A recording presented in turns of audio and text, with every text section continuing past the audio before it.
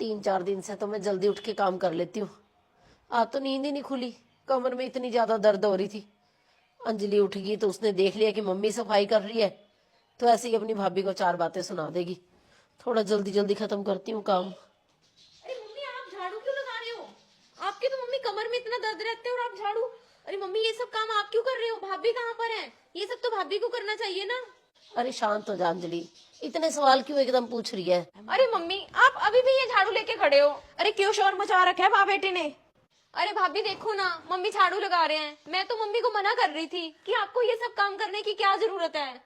क्यों अंजलि, क्यों मना कर रही थी? ये सब काम मम्मी ने करेंगे और कौन करेगा? क्या मतलब भाभी आपका? ये सारे काम रोज मम्मी करते हैं। अरे भाभी मम्मी से ये काम कोई होते हैं? मम्मी के तो कमर में इतना दर्द रहता है, मम्मी को तो झाड़ू पोछा ये सब काम करने बहुत मुश्किल है।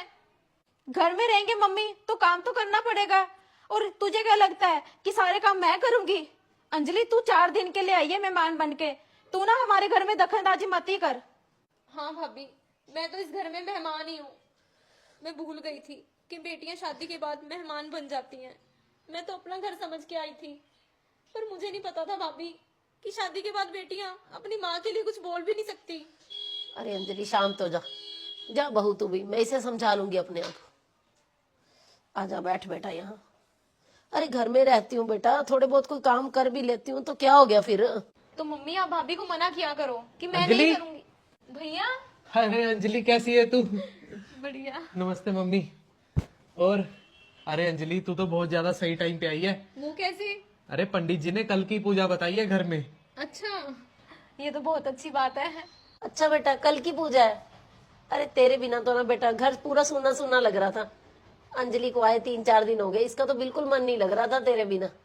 कोई बात नहीं मम्मी, अब मैं आ गया हूँ ना, अब लग जाएगा इसका मन अच्छे से। और हाँ मम्मी, कल की पूजा है। और आप बाहर क्यों बैठे हो? आ जाओ अंदर, आ जाओ ना। कोई बात नहीं बेटा, आते हैं। जा तू मिल ज्योति से मिल। चलो ठीक है। और अंजलि सारी तैयारियां करवानी है पूजा की तूने सुबह के लिए। देख अब चिंता मत कर, अब आ गया ना आशु, अब तो मन लग जाएगा तेरा। ज्योति, अरे ज्योति कैसी है? मैं तो ठीक हूँ जी। आप ना मेरी बात सुन लो, पूजा ना कैंसिल करवा दो कल की। जब अंजलि चली जाएगी ना फिर कराएंगे पूजा। पूजा कैंसिल? अरे ज्योति ये तो कैसी बातें कर रही है? अंजलि मेरी बहन है और हम उसके बिना कैसे करवा सकते हैं घर की पूजा? अच्छा जी, मेरे से प्यारी आपकी बहन होगी, आपकी जिंदगी में मेरी तो अहमियत ही नहीं है। अरे तेरा दिमाग खराब हो गया ज्योति, ये कैसी बातें कर रही है तू मेरी बहन के बारे में? आपको क्या बताऊं, जब से आपकी बहन आई है ना कोई मेरी चीजें चोरी हो रही है। आपको पता भी है मेरी बहन ने ना लिपस्टिक दी थी, वो भी चोरी होगी। और मेरी साड़ी भी चोरी होगी, मिल नहीं रही। आपकी बहन तो चोर है, चोर। अरे ज्योति तू मेरी बहन के ऊपर चोरी का इल्जाम लगा रही है? अरे जैसी साड़ी की तू बात कर रही है ना, ऐसी साड़ियां तो मेरी बहन 1000 खरीद ले चुटकियों में। खरीदेगी साड़ियां 1000? गांव की गवार कहीं की। अरे तू अंजलि के गांव में रहने की वजह से उसे गवार बोल रही है? अरे वो तो रवि के मम्मी पापा रहते हैं गांव में और अंजलि उन्हें छोड़ना नहीं चाहती। वो अपने सास ससुर का कहना मानती है, इसलिए वो गांव में रुकी हुई है।